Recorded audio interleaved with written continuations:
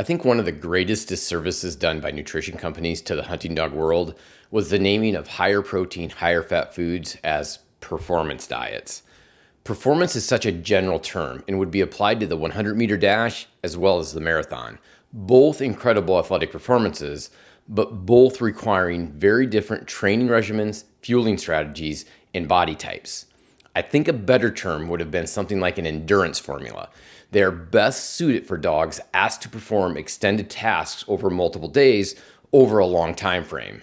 My generic rule of thumb is a dog working for roughly an hour a day or more for 4 out of 7 days a week. I will stress, this is just a generic rule of thumb and not anything hard and fast, and will certainly vary from dog to dog. Boomer is a dog that expends enough energy running the yard that he has always been on a performance formula in order to just maintain body weight and gets varied amounts based on workload. V, on the other hand, hits those metrics but would probably be better served on a maintenance formula most of the year. The issue that I have is purely in naming. The products themselves from the good manufacturers are great.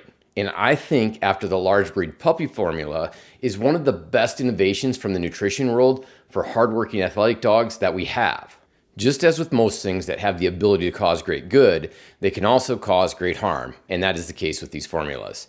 Too many dogs that do not need them are placed on them out of a misplaced understanding that the food will create performance. Unfortunately, the very nature of these products is to be higher in energy, meaning higher in calories, which translates into excessive weight in most dogs. This is the point when I typically get the comments on social media that say, but my dog goes great on these formulas year round, or I just vary the amounts and my dog does fine. This is also true for a lot of dogs. However, as a veterinarian, over the course of doing this for nearly a quarter of a century, yes, I was just a baby when I started, I have seen way too many dogs get fat because of inappropriate feeding of these formulas. The evidence is overwhelming of the negative effect that obesity has on so many facets of life, from joint issues to metabolic issues to longevity.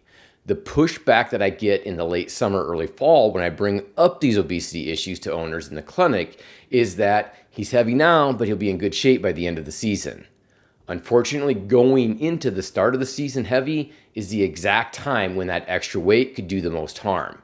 Likely, if your dog is overweight going into the season, he is out of condition, which is going to prone him to injuries due to the extra weight as well as conditions like heat stroke.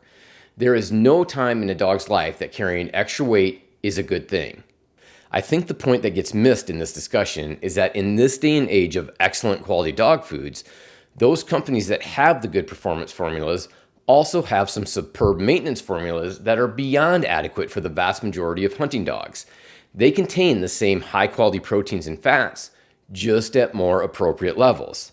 The key for me is the volume of food I'm feeding. If I'm having to underfeed a performance formula in order to maintain a healthy body condition, then my pup is probably better served to be on a maintenance formula. Conversely, if I'm feeding a large quantity of a maintenance formula, then the performance formula may be a better option. The key difference in a performance formula is the protein and fat levels, both of which are going to be higher in most performance formulas. Traditionally, this meant a protein level of 30% or greater and a fat level of 20% or greater. If we think about the rationale during athletic performance, we are causing small amounts of muscle damage requiring repair, as well as burning through a host of other enzymatic pathways in the body that protein is needed to rebuild and replenish. On the fat front, especially with endurance activities, we think of dogs as preferential fat burners as far as energy sources, hence the higher fat levels in these formulas. Again, though, it is about the duration of activity and what that activity looks like.